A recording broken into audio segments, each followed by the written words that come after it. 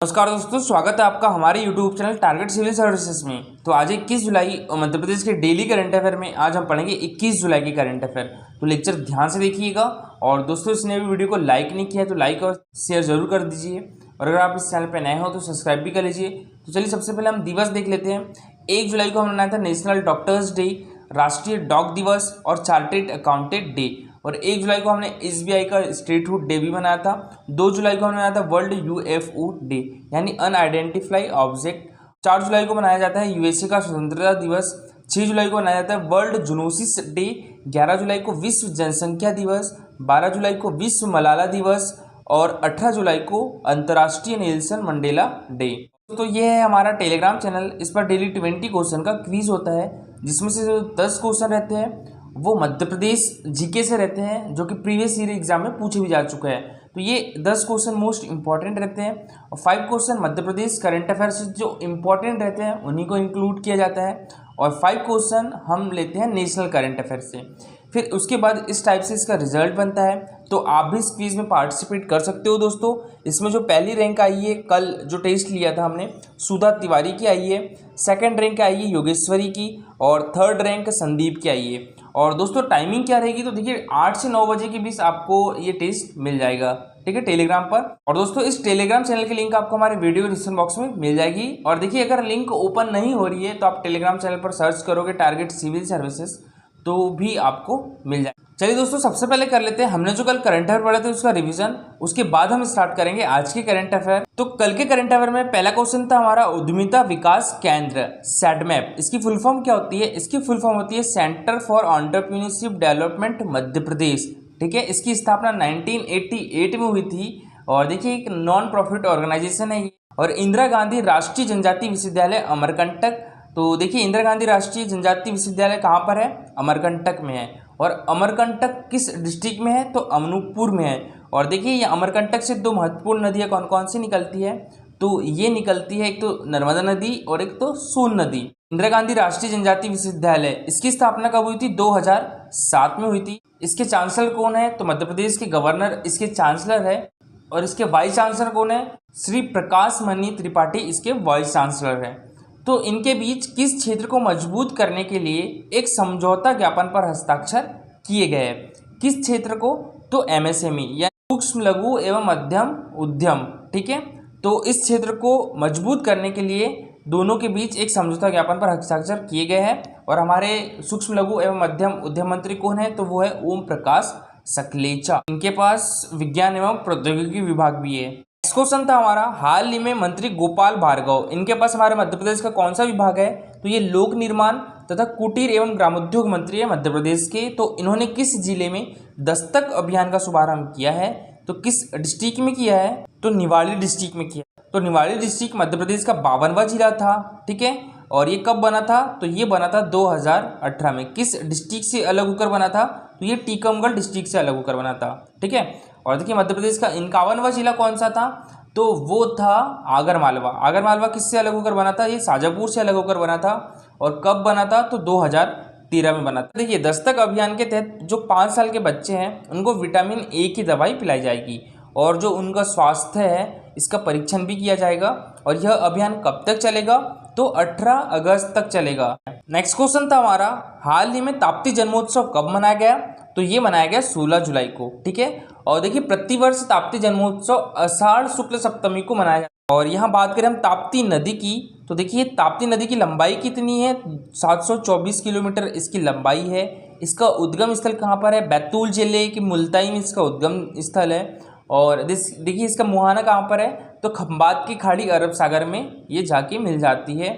और इसकी जो मुख्य सहायक नदी कौन सी है? पूर्णा नदी है।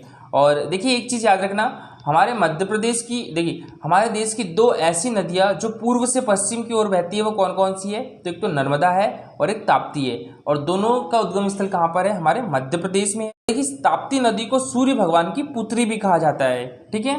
नेक्स्ट क्वेश्चन है हमारा हाल ही में मध्य प्रदेश के किस सोलर प्लांट को प्रधानमंत्री नरेंद्र मोदी की इनोवेशन बुक में शामिल किया गया है? तो ये रीवा सोलर प्लांट को। तो इसका आंसर क्या हो जाएगा? ऑप्शन नंबर बी, ठीक है, रीवा सोलर प्लांट। और देखिए रीवा सोलर प्लांट को वर्ल्ड बैंक की ओर से प्रेसिडेंट अवार्ड भी मिल चुका है, ठीक है। किसकी ओर से? वर्ल्ड बैंक की ओर से प्रेसिडेंट अवार्ड भी मिल चुका है रीवा सोलर प्लांट को। चलिए दोस्तों, अब स्टार्ट करते हैं हम आज के करंट अफेयर। तो आज के करंट अफेयर में पहला क्वेश्चन है हमारा, अटल बिहारी वाजपेयी सुशासन एवं नीति विश्लेषण संस्थान भोपाल ने किस संस्थान के साथ MOU साइन किया है? तो ये किस संस्थान के साथ किया है? देखिए IIT इंदौर और देवी अहिल्या विश्वविद्यालय इंदौर, दोनों संस्थान के साथ। तो इसका आंसर क्या हो जाएगा? ऑप्शन नंबर सी, A और B दोनों। दोस्तों बात करें यहाँ पर अटल बिहारी वाजपेयी सुशासन एवं नीति विश्लेषण संस्थान यानी Atal Bihari Vajpayee institute of good governance and policy analysis, ये संस्थान कहाँ, ये इंस्टीट्यूट कहाँ पर है? तो ये है भोपाल में, और इसके उपाध्यक्ष कौन है? तो वो है प्रोफेसर सचिन चतुर्वेदी।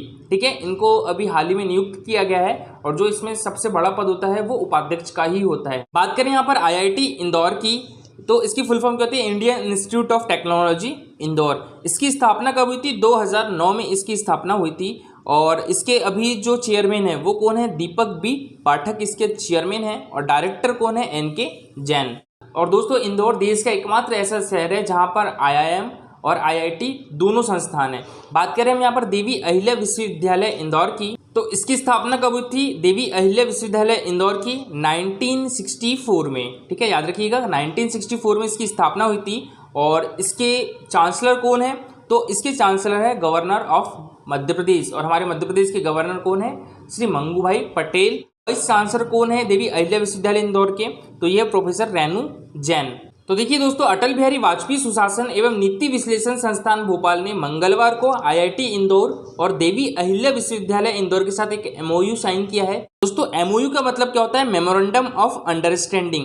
जैसे जब दो व्यक्ति, समूह, दल या उद्योग या विश्वविद्यालय या अदर कोई आपस में कोई समझौता करते हैं तो वे MOU पर हस्ताक्षर करते हैं। और MOU एक दस्तावेज होता है जिस पर समझौते के अनुसार दोनों दलों की शर्तें, जवाबदेही तथा जरूरतों के बारे में लिखित जानकारी होती है। और जब दोनों दल MOU पर हस्ताक्षर कर लेते हैं तो उनका यह समझौता एक लिखित रूप ले लेते हैं। जो मेमोरेंडम ऑफ अंडरस्टैंडिंग होती है मात्र एक लिखित दस्तावेज होता है। दोस्तों आपने देखा होगा, एक होता है MOA मेमोरेंडम ऑफ एग्रीमेंट। ठीक है, तो ये एक एग्रीमेंट होता है, इसको तोड़ने पर कानूनी कार्रवाई की जा सकती है। विश्वविद्यालय के साथ MOU में सुशासन संस्थान की CEO श्रीमती GV रश्मि और विश्वविद्यालय के रजिस्ट्रार डॉक्टर अनिल शर्मा ने हस्ताक्षर किए हैं। और IIT इंदौर के साथ MOU में सुशासन संस्थान की CEO श्रीमती GV रश्मि और IIT इंदौर के डीन डॉक्टर IA पलानी ने हस्ताक्षर किए हैं।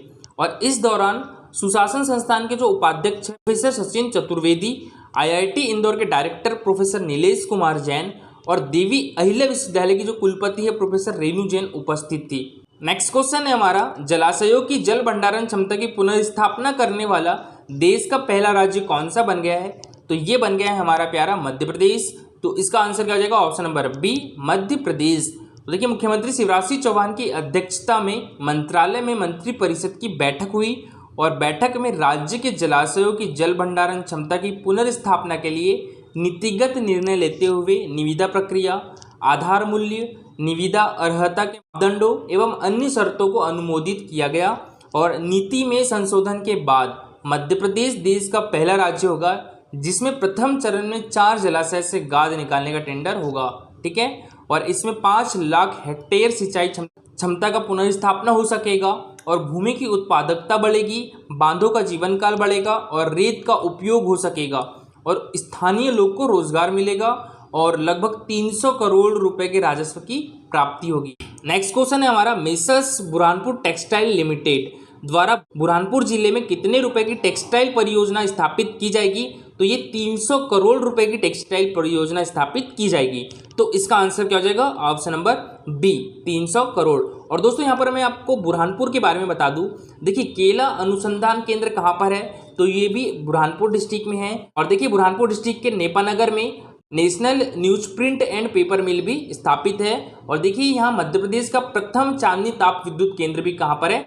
नेपानगर में, और नेपानगर बुरहानपुर डिस्ट्रिक्ट में आता है। और बुरहानपुर डिस्ट्रिक्ट किस नदी के किनारे है? तो ये ताप्ती नदी के किनारे है। और बुरहानपुर का संस्थापक कौन था? तो ये नासिर खान था। और दोस्तों बुरहानपुर जिले में ही जयसिंह की छतरी है जिसे औरंगजेब ने बनाया था। जयसिंह की छतरी को किसने बनाया था? औरंगजेब ने बनाया था। और इसको और किस नाम से जाना जाता है? तो राजा की छतरी के नाम से भी जाना जाता है। और दोस्तों जो शाहजहां की प्रेमिका थी मोती बेगम, तो इनकी कब्र भी कहाँ पर बनी है? तो ये बुरहानपुर में बनी है।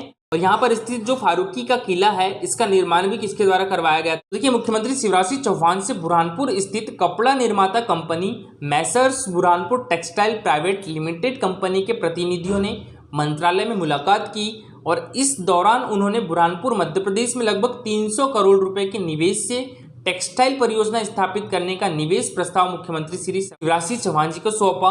परियोजना के संचालन से लगभग 1000 व्यक्तियों को रोजगार मिलेगा और इसमें से 200 व्यक्तियों को प्रत्यक्ष रोजगार एवं लगभग 800 व्यक्तियों को स्वरोजगार उपलब्ध होगा। और देखिए messrs Burhanpur textile limited company की बात करें तो इसकी स्थापना 1956 में हुई थी और कंपनी की बुरहानपुर में कितनी इकाइयां हैं? तो 9 यूनिट है और कंपनी इसका जो टर्नओवर है 2020-21 में ये 221 करोड़ से भी अधिक रहा है।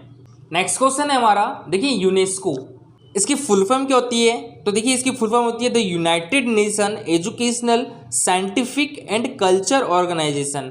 ठीक है, ये यूनेस्को की फुल फॉर्म है। इसकी स्थापना 1945 में हुई थी और इसका मुख्यालय आपको पेरिस फ्रांस में देखने के लिए मिलेगा। और इसके अभी हेड कौन है यानी डायरेक्टर जनरल कौन है? ऑड्रे अजोले इसके डायरेक्टर जनरल है।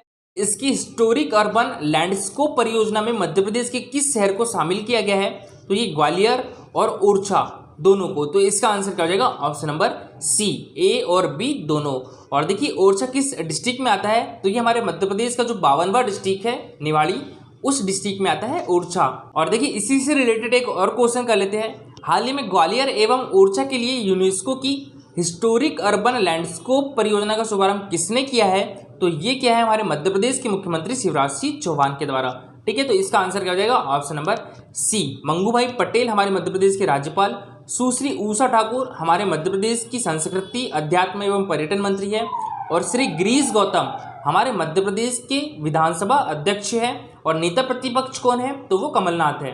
तो देखिए मुख्यमंत्री शिवराज सिंह चौहान ने मंत्रालय में वीडियो कॉन्फ्रेंसिंग के माध्यम से प्रदेश के ग्वालियर एवं ओरछा नगरों के लिए यूनेस्को की हिस्टोरिक अर्बन लैंडस्केप परियोजना का वर्चुअल शुभारंभ किया। इन्होंने कहा कि तेजी से विकसित हो रही ऐतिहासिक नगरों की संस्कृति एवं विरासत को संरक्षित करते हुए वहां के समावेशी एवं सुनियोजित विकास के लिए यूनेस्को की हिस्टोरिक अर्बन लैंडस्केप परियोजना, जिसका प्रारंभ वर्ष क्या है? 2011 में किया गया था, अत्यंत महत्वपूर्ण है। और इस परियोजना में ग्वालियर एवं ओरछा नगरों का चयन किया गया है और इन चयनित नगरों का यूनेस्को भारत सरकार तथा मध्य प्रदेश सरकार द्वारा सम्मिलित रूप से ऐतिहासिक और सांस्कृतिक स्वरूप निखारते हुए विकास किया जाएगा। दोनों का जो विकास है वो यूनेस्को, भारत सरकार और मध्य प्रदेश सरकार सभी मिलकर करेगी।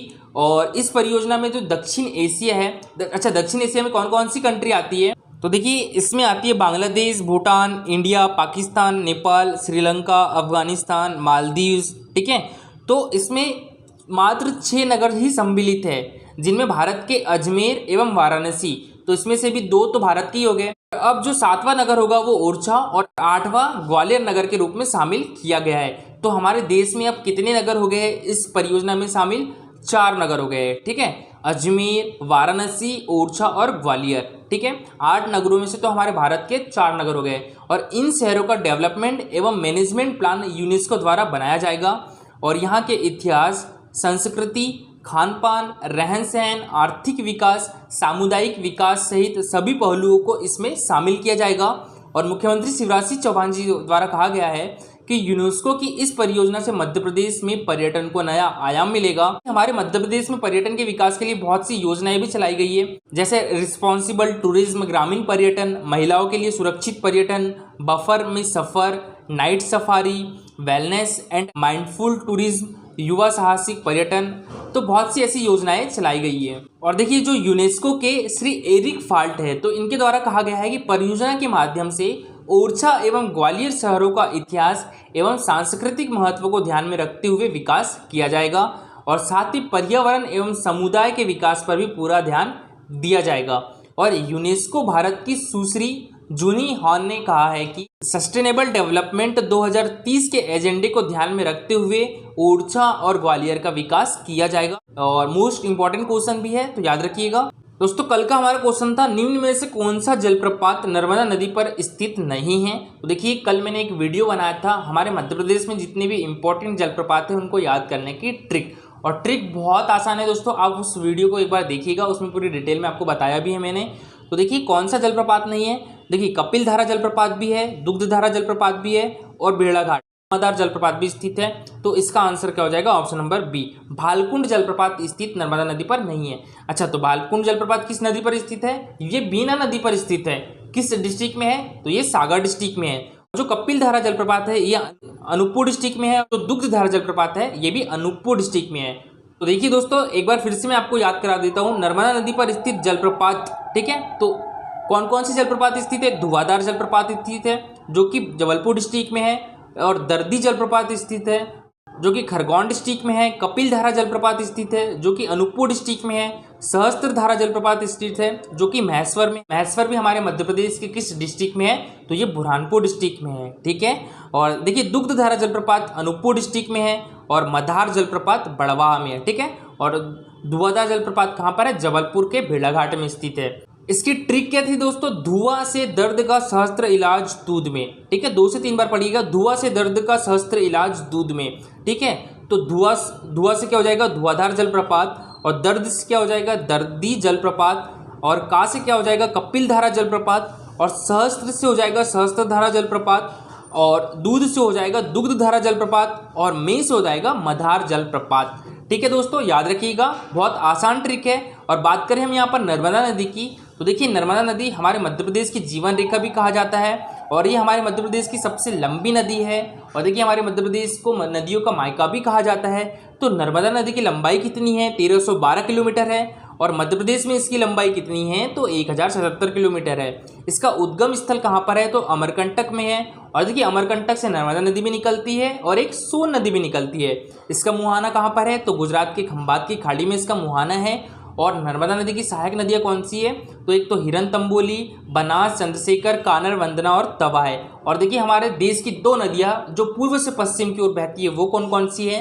तो एक तो ताप्ती है जिसका उद्गम स्थल बैतूल जिले के मुल्ताई में है, और एक नर्मदा नदी है जिसका उद्गम स्थल कहाँ पर है? अमरकंटक में है। और अमरकंटक हमारे मध्य प्रदेश के अनूपपुर डिस्ट्रिक्ट में है। तो दोस्तों याद रखिएगा। और दोस्तों आज के लिए आपका क्वेश्चन है, मध्य प्रदेश में मुख्यमंत्री ग्राम सड़क योजना कब प्रारंभ हुई थी? तो इसका आंसर पूरा डिटेल में दीजिएगा, ठीक है। ये MPPSC 2018 में पूछा भी जा चुका है। और दोस्तों एक बार फिर से मैं आपको बता दूं, ये है हमारा टेलीग्राम चैनल, इस पर डेली 20 क्वेश्चन का क्विज होता है। आप भी इस क्विज में पार्टिसिपेट कर सकते हो। इसकी लिंक आपको हमारे वीडियो के डिस्क्रिप्शन बॉक्स में मिल जाएगी। और दोस्तों लेक्चर अच्छा लगा हो तो प्लीज़ लाइक और शेयर जरूर करिएगा, ज़्यादा से ज़्यादा लोग लाइक करिए। देखिए आपके लाइक से ही हमें मोटिवेशन मिलता है, ठीक है। तो लाइक करना ना भूले, और अगर आप इस चैनल पे नए हो तो सब्सक्राइब भी कर लीजिए। Thank you so much guys for watching this video.